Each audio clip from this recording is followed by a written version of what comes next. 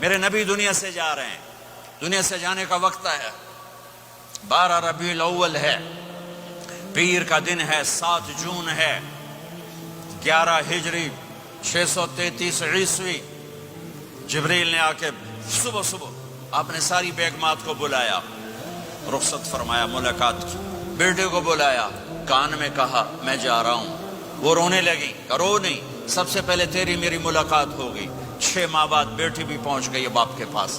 پھر داماد کو بلایا، ان کو ان کا سر اپنی گود میں رکھا، کمر پہ ہاتھ پھیرا، دعا دی، رخصت فرمایا۔ آخر میں اپنی آنکھوں کی ٹھنڈک کو بلایا، کون؟ حسن اور حسین، کہ میری آنکھوں کی ٹھنڈک حسن اور حسین، میرے جنت کے پھول حسن اور حسین۔ یوں لیا، حسن کو یہاں سے لیتے تھے، حسین کو یہاں، حسن کو ادھر اٹھاتے تھے، حسین کو ادھر اٹھاتے تھے۔ حسن سر سے لے کر کمر تک پورے اپنے نانا کے مشابہ تھے، کمر سے پاؤں تک اپنے باپ کے مشابہ تھے۔ حسین اس کا الٹ تھے، سر سے لے کر کمر تک اپنے باپ کے مشابہ تھے، کمر سے لے کر پاؤں تک اپنے نانا کے مشابہ تھے۔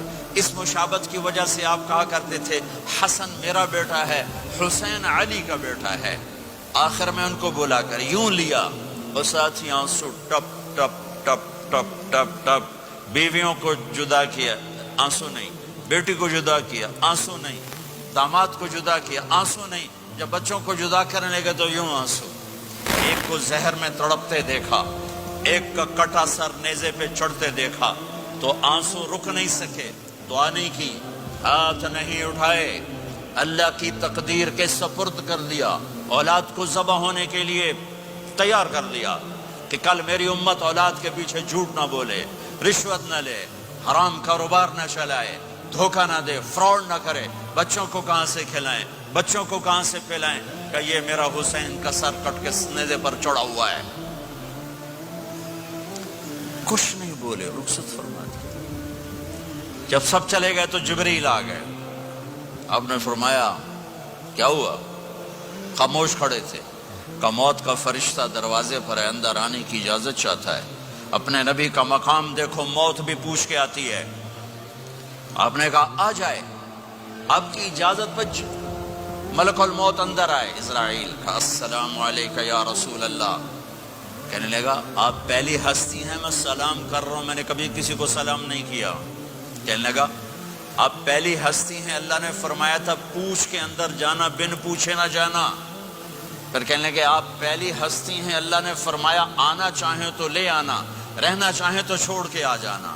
ہاں، یہ وہ دربار رسالت ہے جہاں موت بھی پوچھ کے آتی ہے۔ آپ نے فرمایا میں اجازت دے دوں میری جان نکالو گے؟ کہا جی نکالوں گا، نکالوں گا۔ آپ نے یوں جبریل کو دیکھا، کیا کہتے ہو، جاؤں یا رہ جاؤں؟ جبریل نے کہا اللہ آپ کی ملاقات کے شوق میں ہیں، فیصلہ آپ کریں گے۔ ہاں یہ بات سنانا چاہتا تھا اگلی۔ آپ نے کہا اچھا جاؤ، پہلے اللہ سے پوچھ کے آؤ میرے بعد میری امت کے ساتھ کیا کریں گے، میرے بچوں کے ساتھ۔ یہ ساری مائیں، میرے بچے میرے بچے میرے بچے میرے بچے۔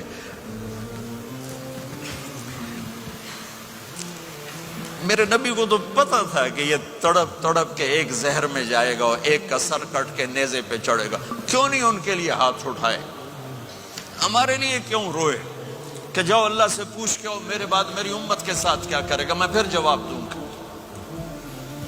جبریل واپس گئے، موت کا فرشتہ کھڑا ہوا ہے، جواب آیا یا رسول اللہ آپ کا رب کہہ رہے ہیں آپ کی امت کو تنہا نہیں چھوڑوں گا، مجھے میرے رب کی قسم جو سن رہا ہے جس نے ہمیں یہاں جمع کیا ہے، سنو میری بات غور سے، اگر میرے نبی یہ سوال نہ اٹھاتے تو آج میں اور آپ بھی بندر خنزیر میں بدل چکے ہوتے۔ میری اور رب کی کوئی رشتہ داری نہیں ہے، اس امت نے وہ سب کچھ کر دیا جو پہلی امتوں نے کیا، لیکن کون ہے جس نے اصحابوں کو روکا ہوا؟ وہ میرے نبی کے آنسو، میرے نبی کی آہیں، میرے نبی کی دعائیں، میرے نبی کی فریادیں، میرے نبی کی تڑپ، میرے نبی کا رونا، میرے نبی کا پیٹ پہ پتھر باندھنا، اس نے روک دیا۔ کوئی نبی جاتے ہوئے امت کے لیے نہیں رویا، واحد نبی ہیں جو جاتے ہوئے امت کے لیے روئے، میری امت میری امت میری امت۔ کوئی رابعہ بصری بعد میں آئیں گی، کوئی جنید بغدادی بعد میں آئیں گے، باقی